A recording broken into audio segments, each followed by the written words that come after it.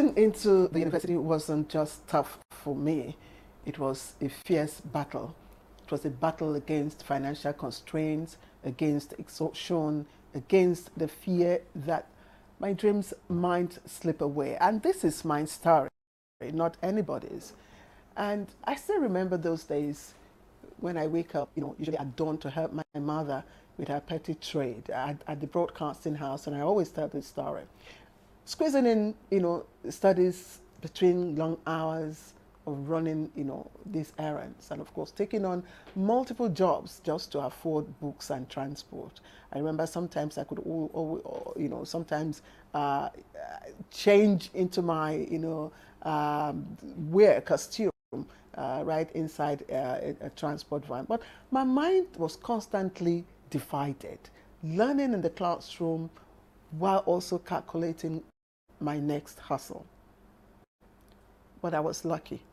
Back then, you would say the cost of education was a fraction of what it is today. Now, for many students in Nigeria, that battle feels impossible, almost impossible to win. And for decades, we've heard the same old campaign promises, leaders vowing to make education a priority, only for public universities to remain in a state of decay. Lecture halls are overcrowded, buildings are falling apart, and the lecturers themselves, the very backbone of our learning, are underpaid and unmotivated. And so as government funding dwindled, schools turned to students to make up the shortfall, and tuition fees skyrocketed. Many students from low-income families like mine were forced to drop out, now while some others take up menial jobs just to survive. But others also, unfortunately, abandoned their dreams altogether. The result? A struggling education system, producing half-baked graduates who are ill-equipped for the realities of the modern world. But for the first time in our history, there's a flicker of hope, one that isn't just spoken about, but also acted upon. And so I hear, as at January 2025, this year, of course, over 30 billion naira had been disbursed through the Students' Loan Scheme, reaching more than 160,000 students across all 6 geopolitical zones. And no one has been left behind. But even more remarkable is the level of transparency I see. Daily updates on the official dashboard of NEWS Fund, real testimonies from beneficiaries, proving that at last, something is working for the education sector. But is it this the game changer we've been waiting for? And can this financial relief translate to real academic excellence? Will it ease the burden on students, uplift lecturers, and ultimately restore quality to our higher institutions? So on Late Edition this week, we go beyond the figures, beyond the numbers, to explore the impact, the challenges, and the road ahead. Thank you for joining me on Late Edition. I am Claire Adilabu Abdulrazak.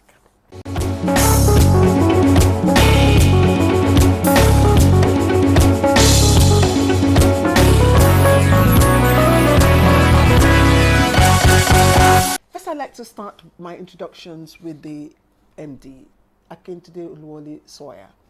Until his appointment as Managing Director and Chief Executive Officer of the Nigerian Education Loan Fund, NEWS Fund, and exactly April 5, 2024.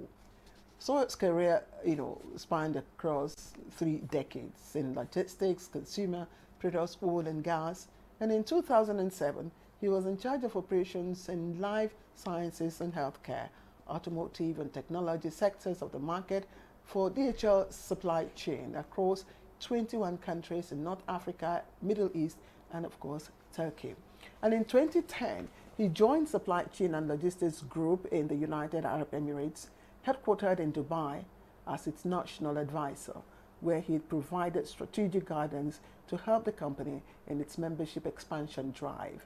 Now, Akintide Sawyer played a prominent role in increasing the membership of the logistics company, and of course, currently has a membership base of more than 200 corporate organizations. I'm not sure about this data, but Sawyer later joined Medtronic, that's a global leader in medical technology services and solutions. While there, as the company's head of sub-Saharan Africa, he co-founded the Agricultural Fresh Produce Growers and Exporters Association of Nigeria, with technical and moral support from Nigeria's former president, of course, Chief Olusegun Obasanjo, and the then Nigeria's Minister of Agriculture, Dr. Akinwumi Adesina, who is now president or outgoing president of the Africa Development Bank. In April 2024, he was appointed the inaugural managing director and chief executive officer of the Nigerian Educational Loan Fund, NEL Fund for short. Professor Wahab Egbewole is the Vice Chancellor, University of Abuja. He started his career at the University of Ilorin in 1997 as a lecturer too, and was called to the Nigerian bar as a solicitor and advocate in August 1985. Professor Egbewole served at the Law Faculty as the acting head of department, sub-dean, acting dean of law in 2010, and he also served the University of Ilorin as the Director General Studies, the Director General Studies Division in 2012.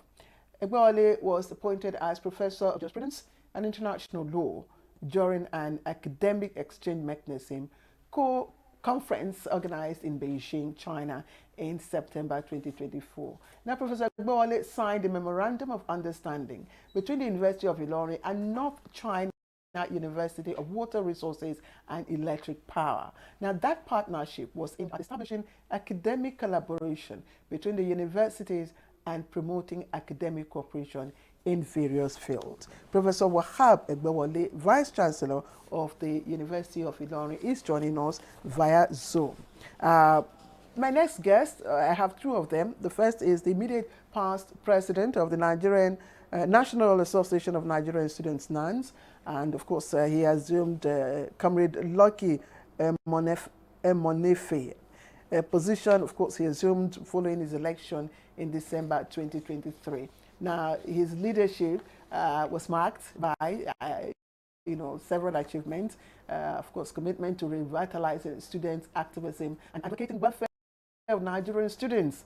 And under his guidance, NANS focused on restoring the organization's dignity and voice, emphasizing quality leadership and good representation, I should say. So he actively worked to unite the student body, addressing internal divisions and fostering a more cohesive association. He has been very vocal about the financial challenges faced by students and called for the reversal of tuition fee hikes, with appeal to the federal government to implement a national annual bursary for all Nigerian students. And according to him, that will make education more accessible and affordable. Now, his tenure reflects a dedication to addressing the issues in Nigeria's education sector and advocating rights of students nationwide. I'm sure today's conversation will be of utmost interest to Comrade Lucky Emonefe. Let's meet Rasheedat Mohammed Nasri. She's been here with us once, but she's an undergraduate student in the Department of Political Science, International Studies at the Ahmadu Bello University Zaria. She has served as the Public Relations Officer of her department and, of course, has gone high. I'm sure she'll want to tell us later.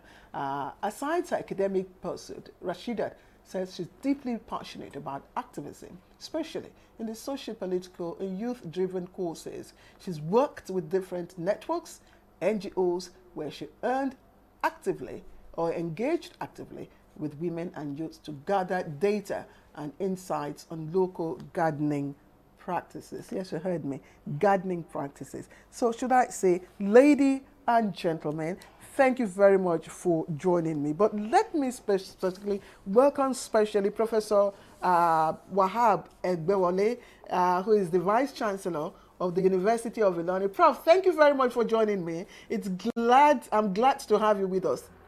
We call upon you. Thank you very much. Thank you very much. Yes. It's great to be here today. Ninth President, immediate past President. Have you handed over yet? Not yet. Not yet. Thank you very much. Rashida, you're welcome. So let me start my conversation with the MD, and there are some, things we would like overviews we would like, for you to give us. Sure. For instance, we would like for you to talk to us about, the major objectives of this, initiative. Okay, so thank you very much for having me here today. The major objective of this initiative, as visualized by His Excellency President Bola Ahmed Tinubu, is for this Nigerian state to play a significant and pivotal role in ensuring that those who need to get a tertiary education in Nigeria are not deprived of this opportunity because of a lack of funds. It's a really important vision to have, and it's one that must be implemented, because from your introduction, the converse of this is that the country will continue to produce half-baked graduates, half-baked educated people. And I think one of the things that we all realize is that it's almost better to have no education than to be half-baked, because that's dangerous. And I think the president recognizes that the only way to fight poverty in this country, where poverty has been steadily growing for the last 60 years, unabated, is to actually give people education. Now, it's a really courageous way to tackle the issue, because in many climes, the assumption is that if people are poor, just give them money. But there's a recognition here that poverty can only be defeated if people are given the education they need.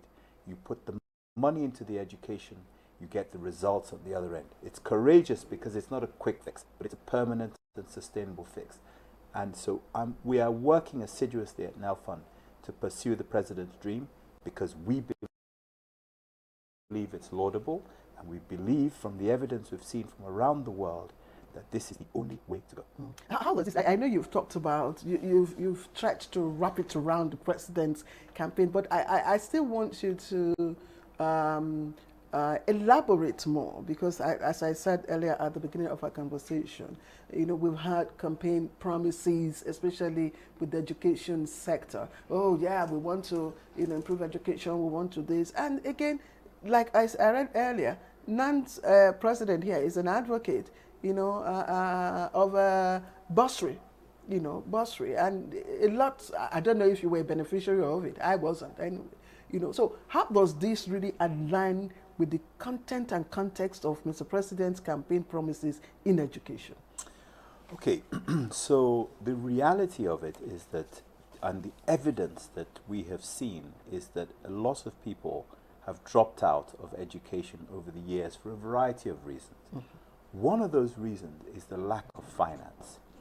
It is important to recognize that by closing that gap, by closing that hole, it will make the nation more competitive.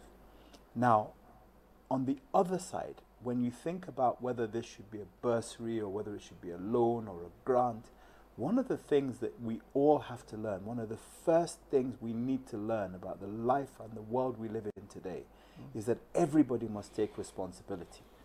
In making this a loan, what we've basically done is said, look, if you have to pay the funds back at some point, you're going to think more carefully about what you do with the funds. It doesn't matter what you're purchasing, what you're buying. If somebody gives you the money to go and do it, your attitude to it is going to be very different. You're going to be very more lax about what you do with the money. If you know you have to pay it back, then you're taking responsibility. You're going to choose the institution you're going to go to carefully. You're going to think about the course you're going to study more carefully, because you know you have to get a course that's going to get you a job that's going to pay you back. On the other side, what you will see, one of the consequences of this is that certain institutions will begin to up their game because they want to attract students. They want to attract students because the students have the power to choose where they go, and the money follows the students. The other thing is that people are going to look less at just going to institutions, tertiary institutions, for the sake of a certificate or for the sake of attendance or for bragging rights. People are now going to say, okay, which course should I really do? I'm borrowing the funds. I'm going to pick a course that's going to change my life. And we're going to see certain types of courses becoming obsolete. They're going to go out. And I can give you example after example after example. Is there a ceiling on the amount? Because now you're talking about students having, choices. Now that they know that we're going to apply and we're going to get money for our tuition. So why don't I go to maybe University of Nsukka, for instance? Or why don't I go to University of Lagos, for instance? Why don't I choose University of Lagos, for instance? And you know that maybe a University of Lagos and maybe one other university in terms of, the financial requirements are not at par. So, Yes. the exercise of recognizing the power of the free market also applies in education. There's absolutely nothing wrong with you saying, I'm borrowing these funds, I'm going to go to an expensive institution where I'm going to get a quality education that will help me progress my career. There's nothing wrong with that. The truth about it is that we can't carry on with this sort of tick box exercise. I've been to university, I've been to polytechnic, I've been to a college of education. You've ticked the box. We will not be competitive individually or as a nation if we're just ticking boxes.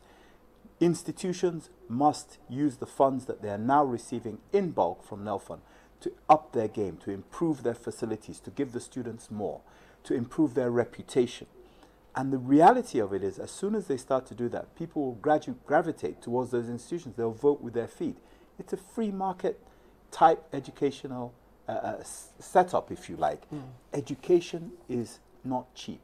Good education is expensive. We can't get away from that. Whether you're going, you see people crisscrossing the world to go and spend 2, 3, 4 years in a different country because of the kind of education they might receive from there.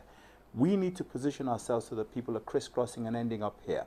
If our institutions are credible, they're good, and they're well invested in, we will even get people from other countries coming to invest their time, their money and effort in being educated by us. MD, there's so much we need to talk about. So I'm going to be interjecting and all that. And I've just learnt from you now that the loan is paid directly to the institution. Does the applicant student, is the applicant student also aware when such monies are paid, the tuition? So the answer to that question is an unequivocal yes. The reason I say that is because when the applicants register with us, there is a portal that allows them to monitor the progress of the loan. Now, two things happen. On that portal, once the portal shows that your loan is approved, technically what that means is that the loan funds within a matter of days will be paid to the institution. Now, there's obviously a responsibility by the institution to also inform the students. But we as an organization publish regularly funds that we've disbursed to institutions. Now, what we cannot, what we cannot do, not everybody wants the world to know that they've taken a loan. So we will not breach the privacy of those who've taken a loan by publishing their names.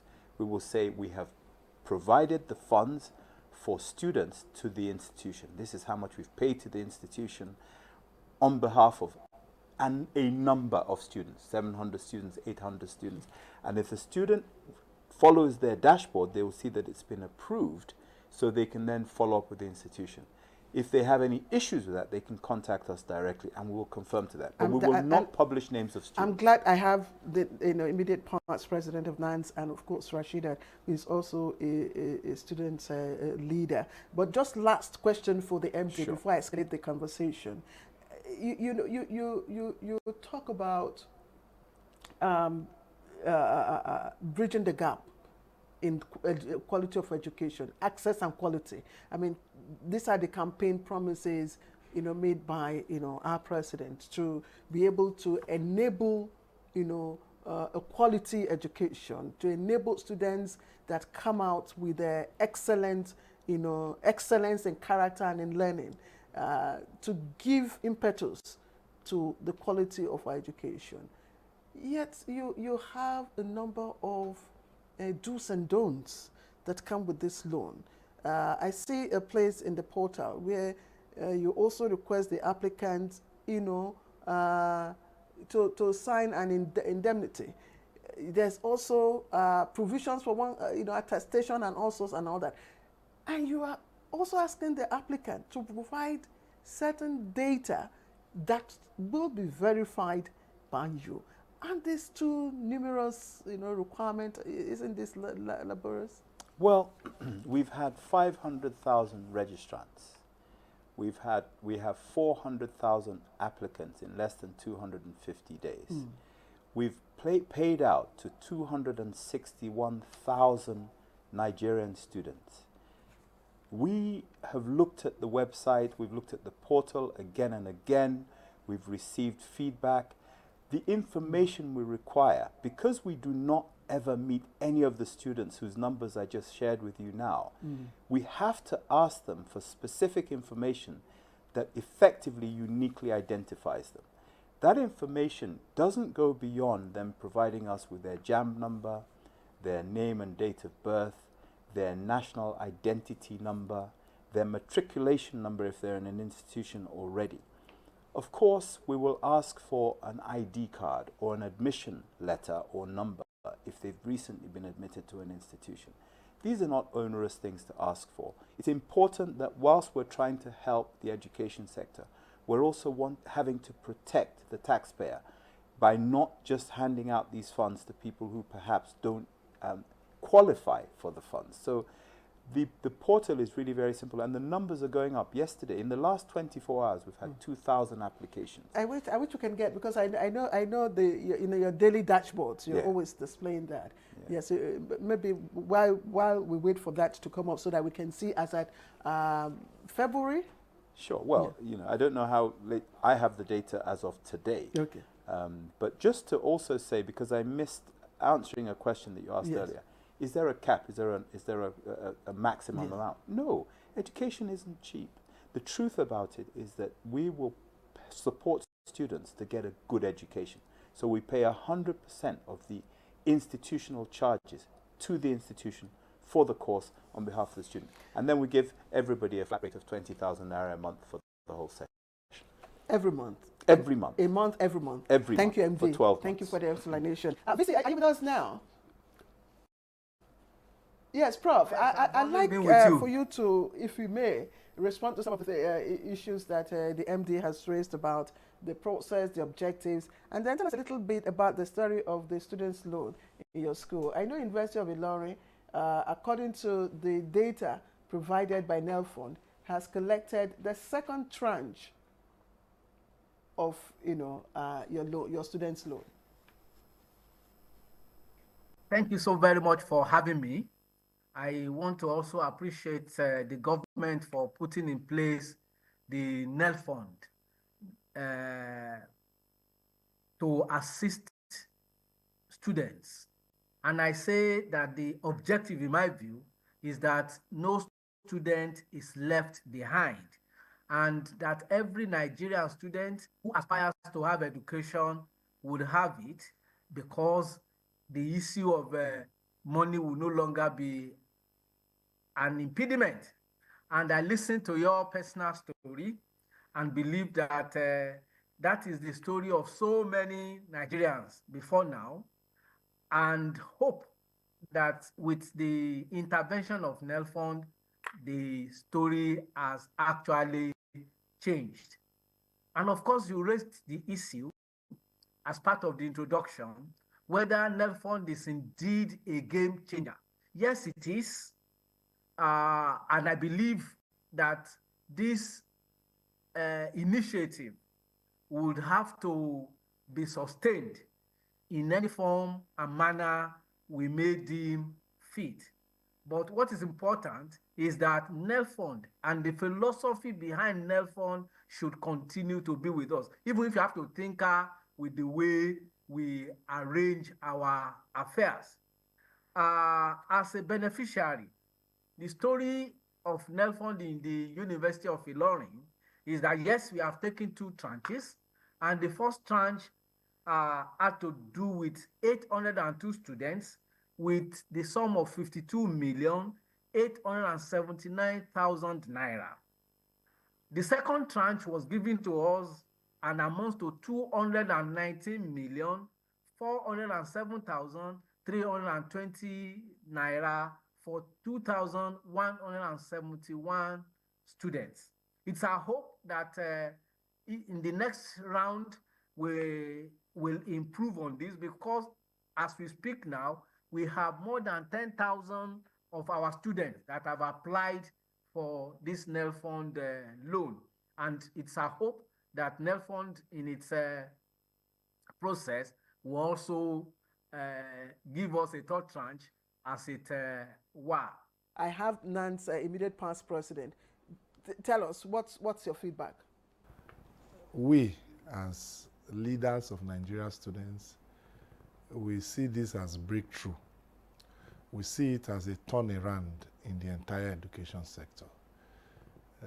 As I speak on behalf of Nigerian students, I witness it, the signing, the process, most importantly, the sensitization process. I want to say that those who brought this idea to the president about the student loan, we have to commend them. And commend the president too for his genuine commitment to ensuring that this thing works out. You see, therefore, as for Nigerian students, there's this saying that joy is coming. Joy has finally come to us. Joy has finally come to us. It's something that we never imagined. The number of dropouts from school because of money.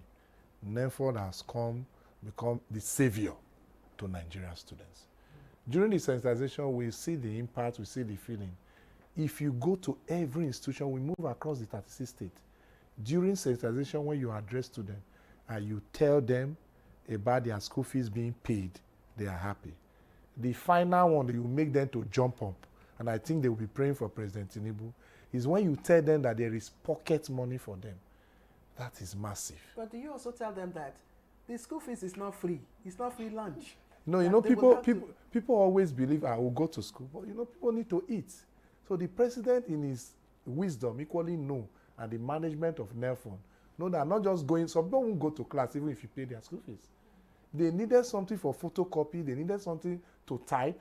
That monthly stipend is the highest. You can ask, throw it to the media, they will tell you it's the highest for Nigerian students. It means their fees will be paid, and going to classes monthly, they will have something as well. So this whole idea, we are happy with it. The feedback from the student is massive. There is joy in the land. I can say boldly, and I can challenge anybody. NELFund is the highest achievement, highest in the President Tinubu administration. I challenge everybody. Rashida, he has talked about, I know you've been here before, then you joined us via Zoom. He talked about, you know, what you have in your pocket, but I also know that the cost of living has skyrocketed. Yeah. What's your experience? What's the latest update from your maybe classmates? Are you a beneficiary of this loan? Yes, I applied, but still unverified. Unverified? Yes, why I'm is still that? verified. Share with us. I think it's due to late registration. Yes, there were some people that applied since June, July. So they were able to get... Last year? Yes, last year. I think a total of 6,100 students' fees have been paid, including the monthly stipends. But we still have... school? You have to be specific. Oh, Ahmad Bello University's area. So we still have 3,000 plus students that are still verified, yet to be paid. And we are still tense, but we trust the NELFund program. We trust that they will be able to deliver. So that's why we are keeping calm for now. Are you aware of any reason why those verified have not, you know, been notified of payment? I will say NELFund are actually trying their best, meeting up to almost 1 million students across the country is not easy. We also have our own fault for applying late around October, November, December, and the student loan scheme has been publicizing it since early last year, but we did not apply it until late last year, because we had our doubts. You know, when they say loan, the Nigerian student will be like, okay, loan. So these people will not allow me jump out of the country because of loan. It was later on that we started applying, and I would really appreciate the managing director, Mr. Akintunde Sawyer, and the president, because he created a WhatsApp platform with 1,025 students. I am part of the group for NELFund questions and answers, and the group has been very, very active.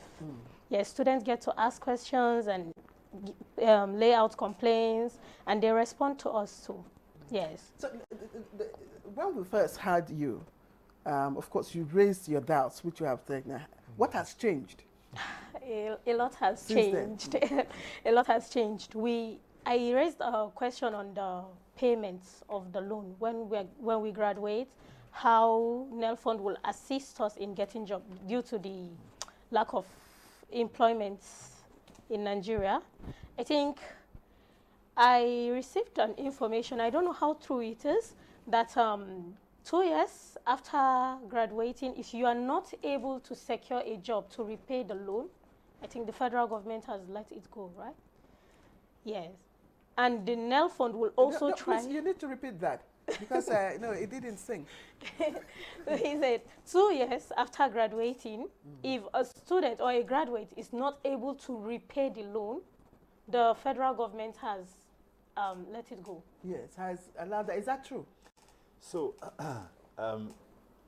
in part, but let me just clarify, and this is one of the things that we really, as NELFund, need to go out and clarify much more than we've been doing. And we have a very strong strategic communication team that's trying to do that. But let me address that point that Rashida just made. And I thank you for being charitable around the fact that some people have applied late. It's very charitable of you. We will get there. Let me say, before I respond to that, that the ideal situation in a perfect world, people will go online, they'll apply for the loan.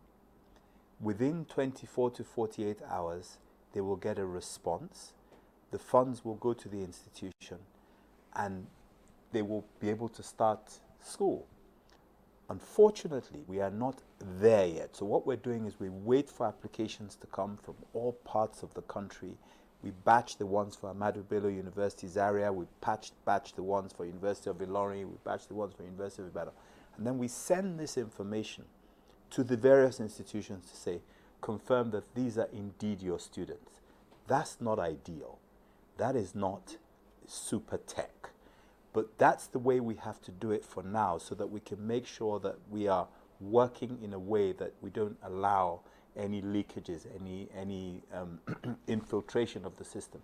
But in an ideal world, the way you might call for an Uber, the way you might go onto the Amazon website and pay for something and then it arrives, or Jumia or Konga, the way you might do that is the way this will eventually end up. You'll apply. Sorry, MD. Does this relate to the issue, to the gap that Professor Egbewole mentioned about, the resumption, students having to resume? Is that part of it? It does indeed. Professor Egbewole made a very good point. This should be fully automated and completely seamless, right? And once you start to batch, somebody applied in June, you're waiting for somebody who applied in July to batch. The person that applied in June should get a result in June. They shouldn't wait till July. But we're going to get there. But to address very specifically, because I don't want to lose the opportunity, the way the system works is that 2 years after the completion of NYSC, 2 years after the completion of NYSC is when the students are obliged to report to us that I have a job or I don't have a job. So they graduate, they do NYSC, and then 2 years later. But even at that, what happens is that the employer, if they have an employer that's paying them, is obliged to pay us 10% of the wages or salary. If they don't have a job, then essentially there's no way that somebody who doesn't have a paying job can pay the loan back. So what the federal government has done, what this administration has done, is that if you don't have a job, you don't pay. If you even get a job and you lose that job, you stop paying when you've lost the job. but eventually you get to pay. Well, as long as you're earning, you should pay. If you're earning a salary, then you should pay. If you're not earning, you don't pay. The government is working on so many different initiatives to create work, to create jobs. So there's a confidence that with this type of workforce improvement, more jobs will be created. We're going to do a skills program, for example.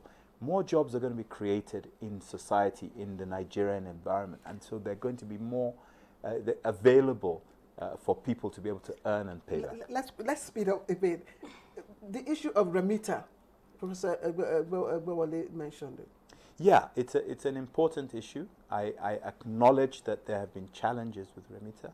But again, we need to remember that our funds sit in the central bank of Nigeria. We are not able to put our funds with private banks or private institutions.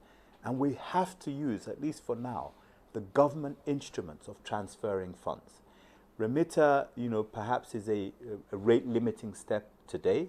We're working very hard on a number of things, including how we begin to transit and transfer the general reserve into other ways of moving. And we're talking to other government agencies about how best we can ensure that the system is seamless. But Professor Egbewale made a good point, and we're working on it. Okay, let me bring in Professor Egbewale again. And quickly, Prof, I'd like to find out what you think. I would have started with the MD, but because there are outcomes, there are expected outcomes from this. But I mean, the general one is, to be able to lift the financial burden from students. So I'm just going to ask you, what do you think has been the outcome if your university or institution has received 2 tranches? I can't immediately see the amount, but I know from the data we have, you have gotten 2 tranches. What does this translate in terms of outcomes and objective for your school? Thank you so very much. The outcome has been really, really wonderful and has been impactful. Impactful in the sense that more than close to 3,000 students had been paid for by NELFund. At least that signifies the fact that we have what we can identify as the KPI in terms of indicators of the success of this program. And for me, in the last 2.5 years that I've been in the saddle, a number of students had to drop out, as it were. So what it means is that a reasonable percentage of these 3,000, almost 3,000 students would not have been able to make, have opportunity to continue their education, because I know what I'm talking about. Even while NELFund is working the way it is working, and the fact that in that small glitch that I called attention to in terms of when we finish our registration has also magnified the fact that some students will still, that my sister who applied and have not been able to be verified, talk less of being paid.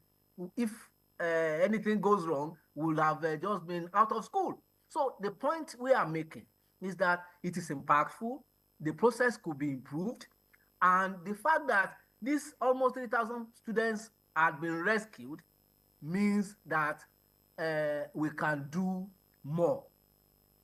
Secondly, I also believe that we are just looking at that angle of students. Even the stipend that is paid, I am aware in my school that out of that 20,000 that they receive on monthly basis, some students give back to their family a fraction of it. 2, 3 of some students have come thank me personally. And they are not going to thank me. Go and thank NELFund that has given you opportunity to have this fund.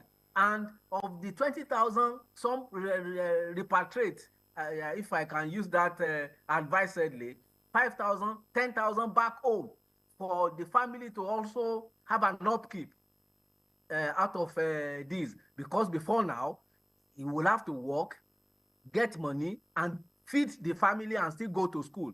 So for me, it's the outcome has been impactful. It has been a very important intervention in our education system. But Prof, before I leave you, there is a 10% interest on the loan. Now, assuming an applicant graduates, finishes an NYSC, and succeeds in getting a civil service job, of course we know the cadre, that's a level 8, and we know what the salary is. Is 10% not too much? Well, let me start by saying that NELFund will have to answer the question whether it is too much or too low, because they are the ones that knows where the money is coming from. But for me, okay, because you talked about how. Yes, we can hear you, Prof. Yeah. Yes. So I'd just like to make an important clarification, and Yes. I'm glad that the immediate past president of NANS Yes. is here, because we spent a lot of time together trying to get this sensitization going. And one of the key things, one of the key messages that we've been giving is that this loan is interest-free. It's interest-free. Okay. We do not charge interest on these loans. The law allows us to do that, but we're not charging interest on the loans. The confusion is probably from the fact that when the repayments are done to NELFund, 10% of the income is what is remitted to NELFund. So if a person is earning ₦1 million a month, a year, 100,000 naira is what is remitted to begin to pay their loans off. That's where the 10% confusion might be coming from. Yeah. Okay. NELFund, if we lend 500,000 naira, ₦1 million, even if it's not paid back for 10 years for whatever reason, it's the amount that they borrowed that is payable. There's no interest. It's a zero interest loan. Okay, let me ask you again. In terms of outcome, over 169 universities? No, nearly 200, 198 tertiary institutions, not just universities. Okay, tertiary institutions. 198 tertiary institutions, universities, polytechnics, and colleges of education have been direct beneficiaries of the NELFund loan. Okay, how many students altogether? 269,000 students. Wow. I beg your pardon, 261,000 students are direct beneficiaries as of today. So let's hear your views on outcome, impact. What has changed? Yeah, the level of dropouts, I can tell you confidently, have totally reduced. No Nigeria students in higher institution can tell us now that because of money, you can access education. And this is the president's vision. This is his intention. I could remember vividly, I think President... Remember also that this is not just about the students alone. It's also about infrastructure. It's about what the institutions do, with the money. Yeah, we'll come to the issue of the institutions and areas Nigeria students have challenges. I think I will quickly talk about that. You discover that the students are benefiting directly from it. Even the institution as well are benefiting, because inwardly, the money that comes out of it, like what Prof said, the first batch, the second batch, it will be used to develop the schools and the activities of the schools. We can even have schools who have agricultural activities, industry, producing of water. They will have internal fund to run the system, and students who can get employed in that process. So it's going to improve the infrastructure of the school. And we equally have an agency too that the president is committed to in improving our infrastructure. So you discover even in this year, you see that the president is committed in every ramification to develop our education. You can look at the budget. TED fund is being funded, NEL fund is being funded, and we are happy about that. But there are some challenges, and I'm happy that the MD of NEL fund is here. The feedback, the communication process with students. We want a situation like my sister here that applied and she has not got it. We want a situation whereby even NEL fund need to expand their cost. The cost is not yet expanded. We need zone. Every Nigerian student cannot be, and we need student desks that are functioning. They are not functioning. The MD is aware. So NEWS24 need to get a representative, a functional one in each of the institutions, so that the challenges my sister is facing here will have someone directly that will relate to NEWS24. Some come to me, I'll talk to the executive director in NEWS24, they will respond. But not all can access and have that opportunity. So they need a student rep in each of these campuses that will be responding so that the registration process can go on very well. Then in terms of the academic calendar of each of these institutions, it is NEWS24. Every institution does start at the same time. So people are affected and their system need to be drastically improved. And there is one thing that is giving us problem, which is the institutions. The time of response equally affects Nigerian students. For purpose of clarity and sincerity, because the NEWS24 system is so transparent, you can't interfere. Yeah. Nobody, even the president of Nigeria cannot interfere. It's one of the transparent agencies you can talk about. But the process, the school need to respond to NEWS24 that these people are our students. Before NEWS24 we pay. So that process is always taking time. And the academic calendar will not wait for you. Exactly. So it will affect Nigerian students. So what should happen? What should happen quickly? Yes, there should be a representative of NEWS24 within the student and NEWS24 that will communicate direct before, because they are using later to communicate and it's taking time. Okay, let's take a final. Unfortunately, we don't have, we've spent almost an hour, Rashida. I think he has said much on the issue of late payments and stuff like that. Like in my own school, we have this case of if you don't pay your school fees, you won't be able to click accommodation. And that's exams sometimes. Yes. If you don't pay your school fees, you cannot register for courses. Like presently, they are signing our courses and stamping it. But those of us that were not able to pay our school fees, we are still waiting because we haven't even registered our courses yet. So I don't know if the NEWS24 can actually work on what he said. Although we've seen impacts, like great impacts. We welcome students and they'll be like, yes, I applied for a course, though it's expensive and NEWS24 are going to pay the fees. Unlike before, before they will go to maybe Faculty of Education because medicine is so expensive, MBBS is so expensive.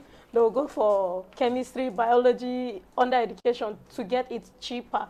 You understand? But thanks to NEWS24 now, those that are qualified to get admission to that department, MBBS, will apply and also apply for the student loan. We really appreciate.